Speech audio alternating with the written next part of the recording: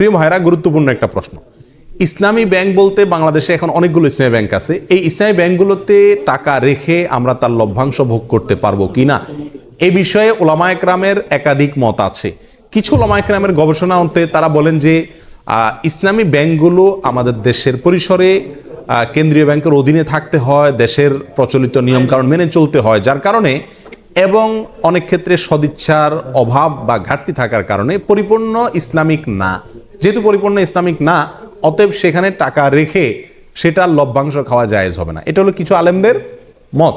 এর বিপরীতে অন্য ওলামায়ে কেরাম বলেন, যেহেতু আমাদের সমস্ত ইসলামী ব্যাংকগুলোর শরিয়া বোর্ড আছে এবং সে শরিয়া বোর্ডে গ্রহণযোগ্য ওলামায়ে কেরাম বসে আছেন, তাদের দায়িত্ব হলো এটা ইসলামী পদ্ধতিতে চলছে কিনা মনিটরিং করা, পরামর্শ দেওয়া। তো সেক্ষেত্রে ওলামায়ে কেরামের এই শরিয়া বোর্ডের উপরে আস্থা রেখে তারা কি করছেন না করছেন ওই দায়িত্ব আমার না। আমি ওলামায়ে কেরামের শরিয়া বোর্ডের প্রতি আস্থা রেখে সেখান থেকে লভ্যাংশ খেতে পারি। দুইটা মত পেলাম কিনা? এই দুই মতকে সমন্বয় করে একটা তৃতীয় মত দেই আমি আপনাদের। সেটা হলো ইসলামী ব্যাংকগুলোতে টাকা জমা রাখা এক জিনিস, আর সেখানে বিভিন্ন মেয়াদে কিস্তিতে টাকা রেখে লাভ খাওয়া আরেক জিনিস। ইসলামী ব্যাংকগুলোতে টাকা রাখা শুধু জায়েজই নয়, বরং জরুরি এবং উত্তম, এবং একজন মুমিন হিসেবে আমরা বাধ্য টাকা জমা রাখা যে কোনো ইসলামী ব্যাংকে। কেন? কারণ সুদী ব্যাংকে আমি টাকা জমা রাখলে কেমন যেন তাদেরকে সুদী কারবারে কি করলাম, সহায়তা করলাম। আমার এই টাকাটা পেয়ে তারা সুদে সহায়তা করবে। ইসলামী ব্যাংকগুলো আর কিছু করুক আর না করুক, একটা কাজ তো তারা করবে, সেটা কি? আমার এই টাকাটা নিয়ে সুদ যে হারাম, এই একটা কনসেপ্ট ইসলামী ব্যাংকগুলো বাংলাদেশে বিস্তার করছে কি করে নেই? অন্য ব্যাংকগুলোতেও বলে কয়ে ঘুষ দিয়ে ঘোষণা দিয়ে কি দেয়, সুদ দেয়। আর সুদ যে হারাম, এই কনসেপ্টটা ইসলামী ব্যাংকগুলো বাংলাদেশে একরকম প্রতিষ্ঠিত করছে। বাস্তবায়ন যাই হোক, এটা জানাইছে, এলেমটা তারা প্রচার করছে।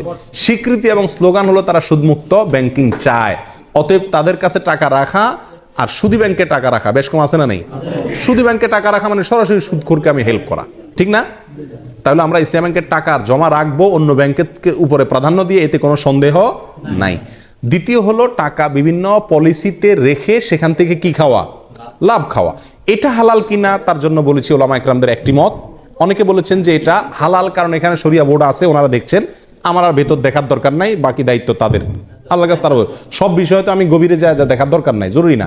আর সবচেয়ে বড় কথা হলো তারা বলেন মুসলিম হিসাবে আমরা যেরকম মুসলিম, ভেজালও আছে ভালো আছে, ইসলামী ব্যাংকগুলো এরকম দুধের দোয়া না, তাদেরও ভুলও আছে সঠিকও আছে। কিন্তু তারা যেহেতু সুদের বিরুদ্ধে স্লোগান নিয়ে রাস্তা নামছে এবং ওটার বিরুদ্ধে একটা ফ্লো তৈরি করতে চাচ্ছে, অতএব তাদের ওখানে টাকা রেখে হালাল ব্যবসার পলিসিতে টাকা রেখে লাভ খাওয়া মাসে মাসে জায়েজ আছে।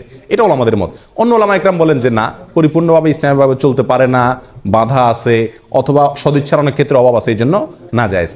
এক্ষেত্রে আমি বলবো তৃতীয় মতটি, সেটা হলো যদি আপনার বিকল্প কোনো পথ খোলা থাকে, তাহলে আপনি এই ব্যাংকে টাকা রেখে লাভ খাওয়ার চাইতে সরাসরি ব্যবসা করুন, সেটা সবচেয়ে নিরাপদ এবং ভালো, সন্দেহ থেকে দূরে থাকলেন। আর যদি অন্য কোনো সমস্ত উপায়গুলো বন্ধ হয়ে যায়, তাহলে ইনশাআল্লাহ বিদিনিল্লাহ এটা পরিপূর্ণ হারাম হবে না।